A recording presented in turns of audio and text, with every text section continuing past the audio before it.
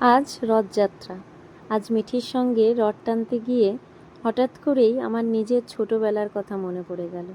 ছোটবেলায় রথযাত্রা মানেই ছিল সারা বছরের একটা অপেক্ষার দিন।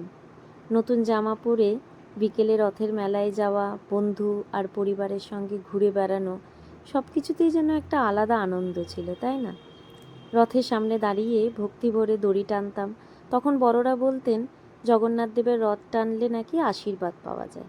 সেই কথাটা বিশ্বাস করেই মন ভরে রথ টানতাম। তারপর শুরু হতো মেলা ঘোরা।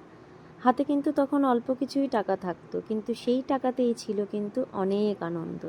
ঝালমুড়ি, পাঁপড়, আইসক্রিম, বেলুন, বাঁশি, ছোট ছোট খেলনা, সব কিছুই যেন খুব মূল্যবান মনে হতো।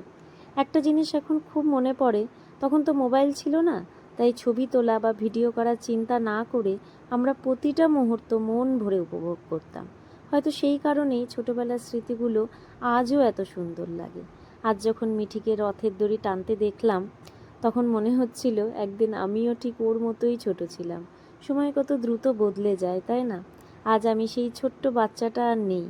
আজ আমি একজন মা, আর আমার মেয়ে আজ সেই একই আনন্দ উপভোগ করছে যেটা আমি একদিন করেছিলাম। হয়তো অনেক বছর পরে মিঠিও আজকের দিনটার কথা মনে করবে, আর তখন বুঝবে ছোটবেলার এই ছোট্ট ছোট্ট মুহূর্তগুলোই আসলে জীবনের সবচেয়ে বড় সম্পদ। তোমাদেরও যদি রথযাত্রার কোনো সুন্দর ছোটবেলার স্মৃতি থাকে, তাহলে কমেন্টে অবশ্যই লিখে জানাও। আর তোমাদের আজকের রথযাত্রা ঠিক কেমন কাটলো জানিও। তোমরা সবাই খুব ভালো থেকো। সবাইকে রথযাত্রার অনেক অনেক শুভেচ্ছা। জয় জগন্নাথ।